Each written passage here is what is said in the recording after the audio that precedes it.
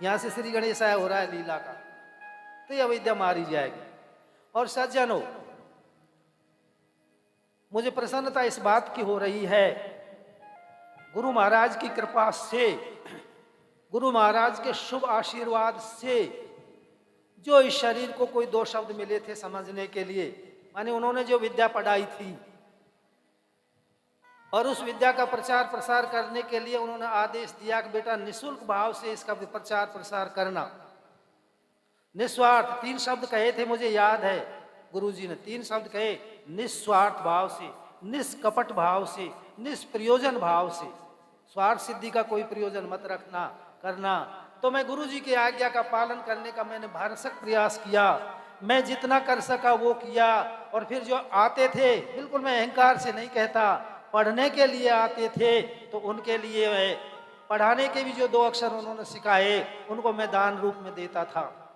और करीब भागवत के वक्ता, भागवत जी के वक्ता, भागवत जी भी पढ़ाई, यूं समझो मैं अहंकार से बताने के लिए नहीं आया कि मैं भागवत पढ़ाता हूं, लेकिन भागवत भी पढ़ाई।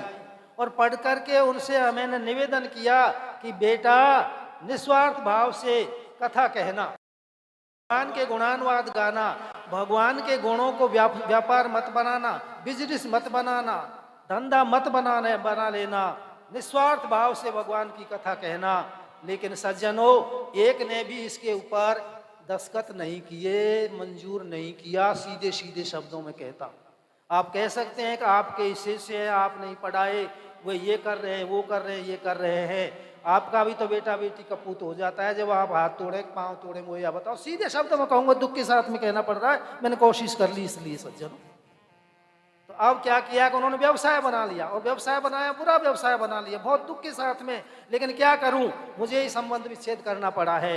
लेकिन प्रसन्नता इस बात की है सज्जनों, इस लड़के ने भी यही, बड़ाई के लिए नहीं कह रहा, यही अध्ययन किया है, भागवत जी का अध्ययन किया है। नहीं, मैंने एक बार इससे कहा कि बेटा भागवत जी का अध्ययन कर ले, तू ग्रस्त में रह रहा है और क्षत्रिय बालक, व्यवसाय नहीं बनाने दूंगा भागवत जी को, जब तो कथा सुन सीख ले, नहीं तो कोई नहीं। बोलो गुरुजी जैसी आपकी आज्ञा।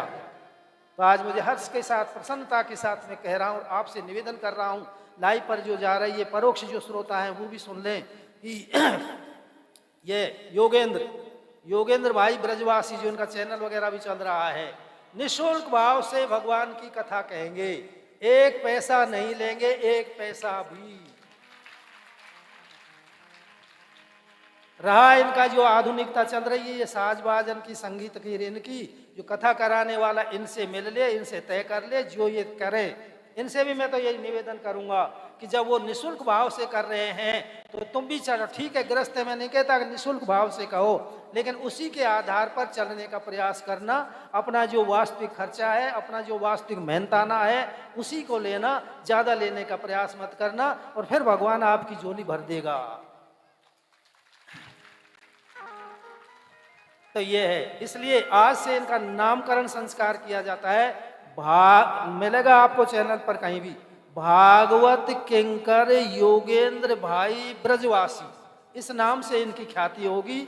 और उसके नीचे भागवत किंकर योगेंद्र भाई ब्रजवासी, और उनके साथ में नियम, जो भी फोन नंबर होंगे वो इन्हीं के होंगे। सीधे सीधे इन्हीं से बात करो और तय करो। कोई मुनीम फुनीम, ये मुनीम सेठाना फिटाना का काम नहीं है, ये तो भागवत भगवान के भक्तों का है, जो भगवान जिसको अपना लेते हैं उसके द्वारा भगवान अपना गुणानुवाद करवाते हैं।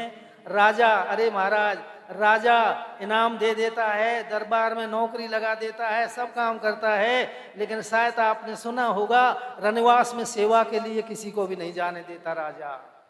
आ गया होगा दृष्टांत समझ में?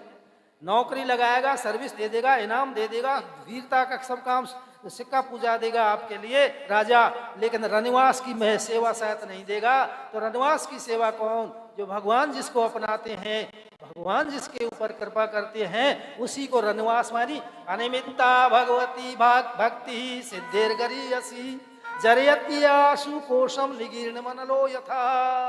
अनिमित्ता भागवती भक्ति, निष्प्रयोजन से, निष्काम भाव से, निस्वार्थ भाव से, निःशुल्क भाव से, व्यवसाय न बना करके भागवती भक्ति, भागवत की जो भक्ति करता है, भगवान की जो भक्ति करता है, भगवान की जो कथा कहता है, क्या होता है? निगीर्णम अनलो यथा, जो जन्म जन्मांतरों का खजाना भरा हुआ है कर्मों का, जन्म जन्मांतरों से जो भटकते चले आ रहे हैं, मैं निवेदन कर रहा हूं, खूब भागवत जी से प्रमाण दूंगा। इन श्लोकों को क्यों नहीं देखते जो मैं बोल रहा हूं भागवत के वक्ता?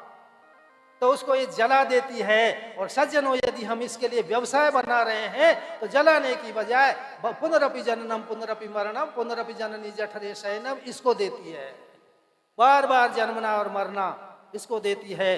तो मैं प्रसन्नता के साथ में कह रहा हूं। और हाँ, ये ग्रस्त है, ग्रस्त बालक है, मैं मानूंगा परिवार का भी भार है, इसी के ऊपर सब कुछ है। लेकिन ठाकुर जी से मैं निवेदन कर रहा हूँ, भगवान से मैं प्रार्थना कर रहा हूँ कि हे प्रभु, मैंने विश्वास भी दिया कि तुम्हें मांगने की कोई जरूरत नहीं पड़ेगी, ठाकुर जी अपने आप ही रास्ता पकड़ाएंगे। 3 बच्ची हैं, इनके बच्चे नहीं हैं, और दोनों पति पत्नी वास्तव में मेरी समझ में आए, मैं उनकी बड़ाई के लिए नहीं कहता, एक रास्ते पर चलने वाले हैं। जिस प्रकार से डोंगरे जी का नाम आपने सुना होगा, इसी प्रकार से इनकी धर्मपत्नी भी इसी रास्ते पर चलने वाली है। इनसे भी ज्यादा प्रसन्न होकर के, मैंने आखिरी में सुना रहा हूं आपको, इनसे भी ज्यादा प्रसन्न होकर के कहा है कि हाँ गुरु जी, ये कृपा तो हम पे करो। व्यवसाय तो दुनिया कर रही है, व्यवसाय करने के लिए तो ये मिला है, हम मजदूरी कर लेंगे यार, कुछ भी कर लेंगे, लेकिन ठीक है, बेचेंगे नहीं। ये दोनों पति पत्नियों ने मुझे विश्वास दिला करके कहा है। इसलिए मैं भगवान से प्रार्थना करता हूँ कि इनके जीवन के लिए सुख शांति से बीते, और इनकी इस भक्ति में, इस ज्ञान में, इस कथा में दिन दूनी और रात चौगनी रति हो, मति हो, गति हो, प्रीति हो। ये मैं भगवान से प्रार्थना करता हूँ। मुझे प्रसन्नता है। और सज्जनों, मैं वक्ताओं से, मैं कुठाराघात नहीं कर रहा, लेकिन उन वक्ताओं से निवेदन करूं, भागवत जी में ही जाके 4 स्कंद में 29वें अध्याय का 46वां श्लोक है, उसे वक्ता देखना आज ही। 4 स्कंद में 29वें अध्याय का 46वां श्लोक है। क्या है मैं बोल रहा हूं? यदा यम अनुगृणाति भगवानात्म भावितः स जहाति मतिम लोके वेदे च परिनिष्ठिताम।